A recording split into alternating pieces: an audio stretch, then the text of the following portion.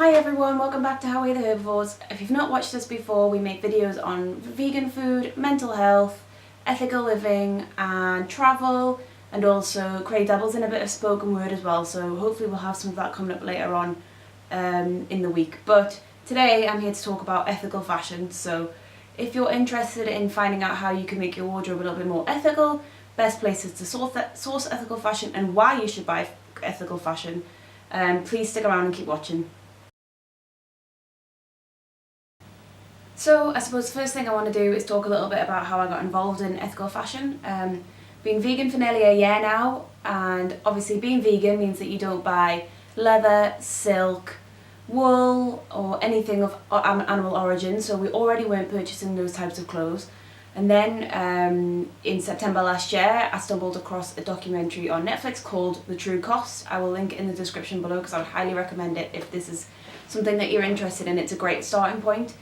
And in that documentary they explore everything that goes on into the manufacturing industry with regards to fashion, so everything from when the cotton is grown and leather, etc., all the way through to the production process, the sweatshops in several cases, and also the retail industry.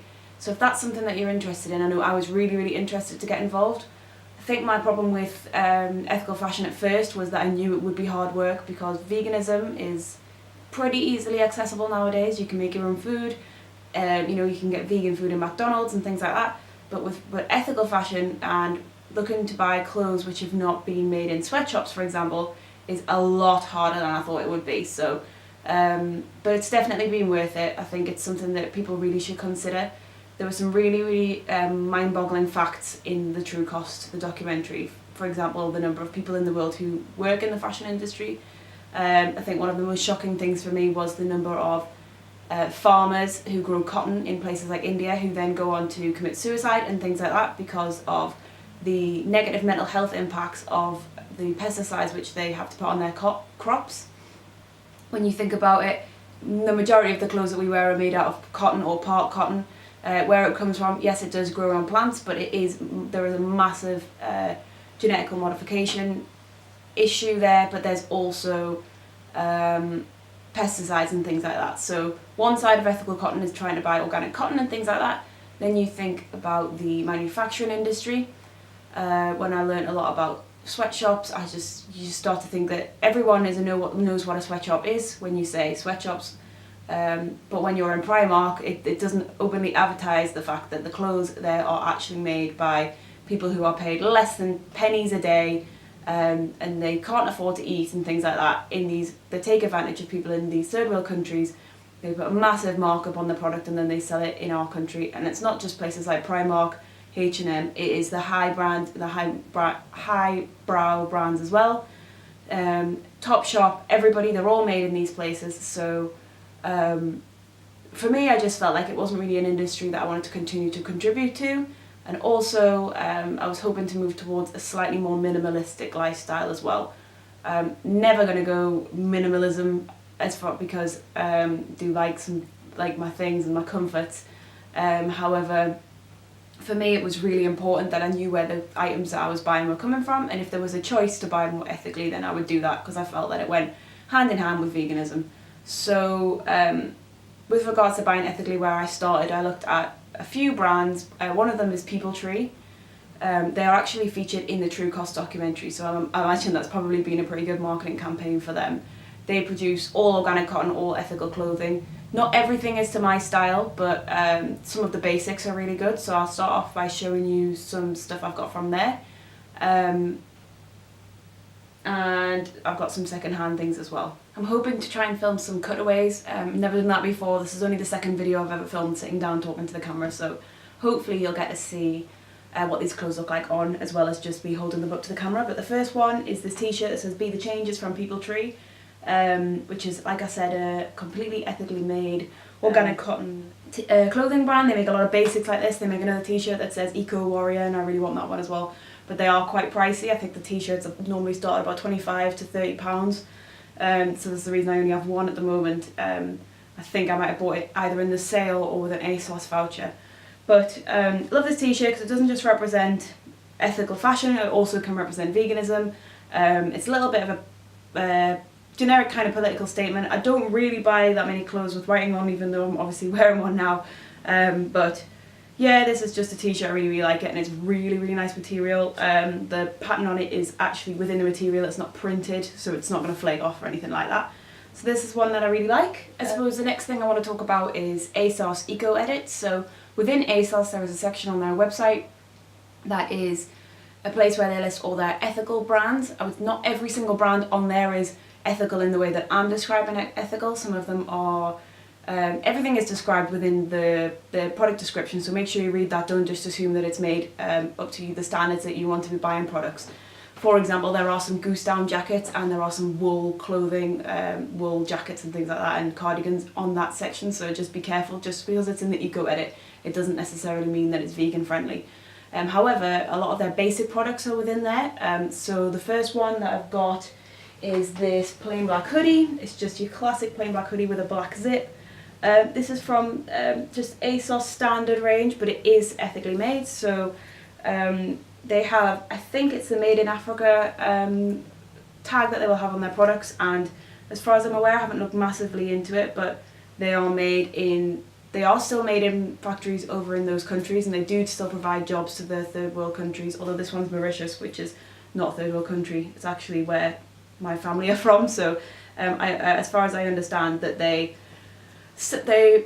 as same as People Tree, they will pay their workers a much higher premium, meaning that they are able to support their families and they're able to stay in those jobs. So this is a really good classic weekend outfit with that t-shirt. Another item that I got from the ASOS Eco Edit is these Adidas leggings.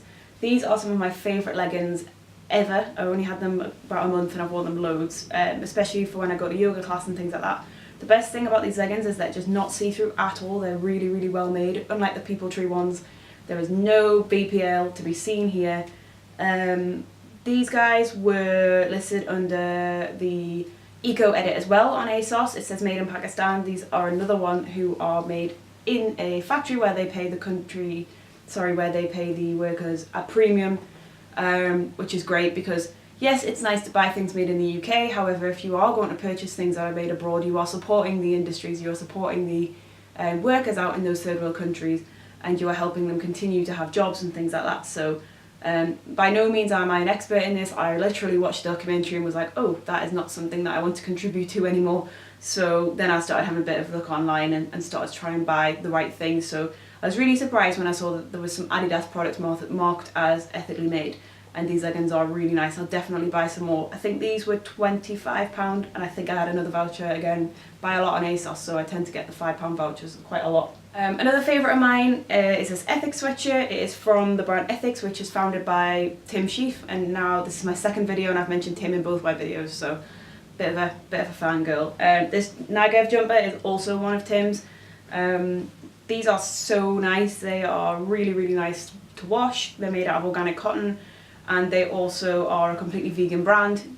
Tim himself is a vegan activist, so it's really nice to be wearing these brands, clothing and things like that, because it represents not only my beliefs with regards to veganism, but also they are ethically made. So this is another favourite. This one's extra small. It's kind of more fitted. The one that I'm wearing here is small. They are unisex, so hopefully that helps if you're going to buy anything like that. These are kind of 35-40 quid a piece, so as with everything in ethical fashion, they are not cheap. I got both of these as presents from Craig, so thank you, Craig. One was a birthday present and one was a Christmas present, and I absolutely love them, especially the Nagev jumper. It's so comfy and it's so fluffy on the inside. Next up, I've got another item from ASOS, and it is my parka jacket. This is a green parka with lining, which I've never actually taken out, but it's so heavy. So it will work well in the spring as well. I'll take the lining out. It's really nice material. This was an Eco Edit as well. One quick thing on fur. You may notice that there's a lot of people talking about fur at the moment because there's a very popular brand called Canada Goose who make their fur on their parkas out of coyote dog. So if you're unsure about whether your coat has got fur on it, you can normally tell by the price tag, because I'm pretty sure those Canada Goose coats are around £800, potentially more. I'm not going to get into it too much in this video, but in my opinion, fake fur is more than sufficient. The idea of wearing dog fur on my coat makes me feel physically sick, and when I see people out in the shops wearing Canada Goose coats, I'm literally this far from saying something to them, but obviously there's nothing that you can do about it. If this is what people would choose to purchase, it's just more about education, and a lot of the time people might not know that the fur on their coat is actually made of coyote, or that the down in their jacket is actually made of goose, and it's pretty awful what both animals go through in order to make clothing. It's just not necessary. The manufacturing processes are incredibly advanced nowadays. We are able to make fake leather, fake fur, everything to a much higher standard than is necessary. But if you are, there was a bit of controversy recently with brands like, I think it was Misguided, who were found to be putting cat hair on some of their shoes, because the shoes are produced in sweatshops in places like China, where fur from cats and dogs is actually cheaper than fake fur, which I cannot believe. But there are some guides, I will link a guide below, about how to tell whether the fur on your item is real or fake fur. But what you can do is, if you just pull it down, you can normally see if it's skin or if it's just in this material. This one's very obviously fake. And also, when real fur gets wet, it wicks the water, because obviously this is the coat of a real animal. It's naturally inclined to get wet and dry and wet and dry. When the fake fur gets wet, it can get a bit matted, so this has been rained on a few times, so it's kind of a bit matty. But it's still fine for what it is. The hood is massive. I absolutely love this coat. I got it in this January sale. I think it was 70 reduced to 40, and I've worn it non-stop, so always keep an eye out for the sale. What I tend to do is, in sale periods, I just go straight on the Eco Edit and filter by my size, so I know exactly everything that I'm looking at will suit me or be able to fit me anyway. I've got one last thing from ASOS own brand, and it's just a pair of joggers. It's another one that I often wear at yoga. This is a funny one because I was trying to get a pair of slim leg black joggers from they were ethically made for quite a while. I was tempted to buy the Ethics joggers, but they are £30, I think. Didn't think that I really needed to shell out on them, because the sweatshirts I wear on a day-to-day basis, whereas the joggers I'll only wear for yoga and things like that, so it didn't feel like it was worth spending that much money. And I couldn't find any in the women's section of ASOS. It was starting to wind me up that there was they were all like patterned, or they just weren't the ones that I wanted. I just wanted plain black or plain grey. And then I remembered that a couple of years ago I bought Craig some, and from ASOS, so I felt an Eco Edit and I went in the men's section. And these are actually men's joggers. I got them in a small, and they are slim fit. I'm glad I didn't get an extra small, because then they basically would have been leggings. But they're really good. They're perfect leg length for me. I am about 5'5", 5'6", and they're fine for me. But I think ASOS do supply joggers for petite and tall. They just didn't do these in the standard range at the time, so these are a great buy as well. I think these were less than £20. So moving on, I was going to talk a little bit about my second-hand purchases that I've made. So we have a few good vintage shops in Newcastle. My favourite one is Flip Vintage, which is on Westgate Road, just opposite Tilly's Bar. If you're from Newcastle, I would highly recommend it. It's got some pretty cool American style vintage clothes, which is like the kind of look that I normally kind of go for, I guess. The first one that I got was, I've had this for a while. It's kind of become a bit of a bed item, really. I don't wear it out that often, but it's just a kind of old high school kind of sweatshirt. And these are like dirt cheap in Flip. I think they're like £12 or something like that, and it's really, really nice feeling. It's like that kind of old school sweatshirt feeling. And I always used to wear my old school sweatshirt even when I left school, so these are really, really nice, even just to wear around the house. The other thing that I've got from Flip is this flannel style shirt. This is a men's shirt in a size, I think it's a size small, size small. It's 100% cotton, made in USA, and God knows what the life that this shirt lived before I bought it. But I think this was a tenner as well. I think they were 15, but the guy behind the till said I could have it for a tenner. From Flip as well. I really like the details on this shirt because it's really, really, really thick, so it's good in the office because it can be cold and hot in the office, so I often wear this on top of a t-shirt or something like that. I also really like the details, so the buttons are really cute with the kind of wood effect, and it's just a really nice shirt. The sleeves are really long and come right over onto my hands, so this is another great purchase. Flannel shirts, checky shirts, things like that, they're really, really popular, and you always see them in the shops, H&M, Primark, but really you can get some really, really good ones online and things like that. The last place I like to buy clothes from is eBay. So sometimes I'll really want something from Topshop or somewhere like that. I've seen something, a particular style. Urban Outfitters is a common one, and I really don't want to go into the shop because it's not ethically made generally.